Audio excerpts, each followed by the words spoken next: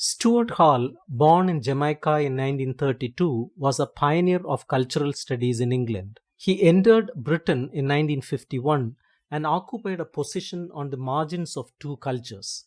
His influence extended in various directions, including being a leading figure in the New Left movement of the 1960s and founding the New Left Review. He served as director of the Center for Contemporary Cultural Studies at the University of Birmingham from 1968 until 1979. Hall's essay Cultural Studies and Its Theoretical Legacies remains a valuable document of the formation and development of cultural studies, calling for political relevance. He countered that cultural studies emerged from the original quarrel between the New Left and Marxism, which lacked an adequate treatment of issues such as culture, ideology, language, and the operation of the symbolic.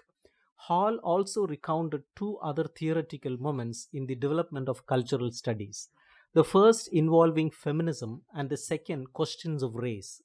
A more fundamental dislocation occurred in British cultural studies through the linguistic turn, which signified the discovery of discursivity and textuality. This involved an acknowledgement of the heterogeneity and multiplicity of meanings and the descended nature of culture, language, and textuality. Hall defines cultural studies as a project that holds theoretical and political questions in an ever irresolvable but permanent tension.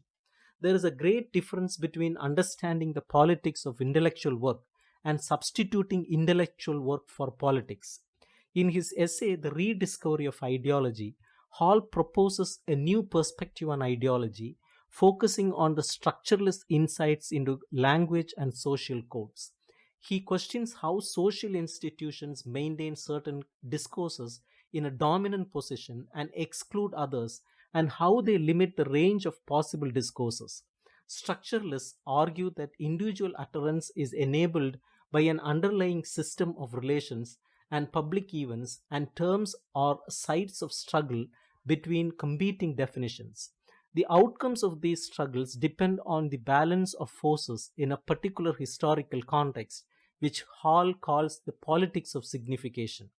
Particular discourses are ideological because they issue from a limited ideological matrix, and the individual utterance made by particular broadcasters may not be intended as ideological but unconsciously draw upon the ideological inventories or the ideological grammar of their society. This question of how the speaker or subject of enunciation is positioned in language became the principal mechanism of ideology itself.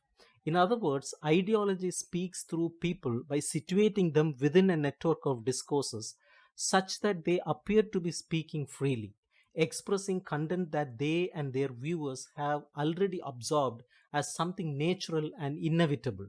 Hall points out that ideological propositions about the social world are embedded or involved in a framework of linked propositions that has achieved the status of natural or self evident truth. This deep structure of tacit propositions is what produces the reality effect, where reality is no longer understood as a correspondence between words and things, between language and world, but as a result of how things are signified.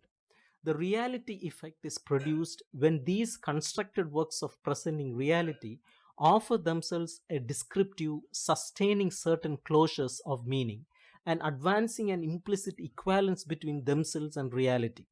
Hall urges that these newer conceptions of language, advanced not only by Saussure, Levi-Strauss, Jacobson, and Piquet, integrated the insights from Marx and Gramsci concerning the workings of ideology, inaugurated three lines of development important for understanding how the class struggle operates in language.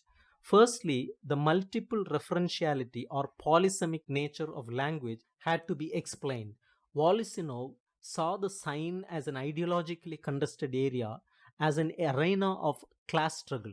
Secondly, meaning was the result of a social struggle over which kind of meanings will prevail and win credibility. Victory in this struggle imparted an eternal character to the ideological sign, suppressing its history of struggle and allowing the sign to appear natural and reflecting some objective reality. Lastly, the struggle over meaning also includes factors such as access to the very means of signification, which is privileged access to the world of public discourse and whose statements carry authority and the power to be representative.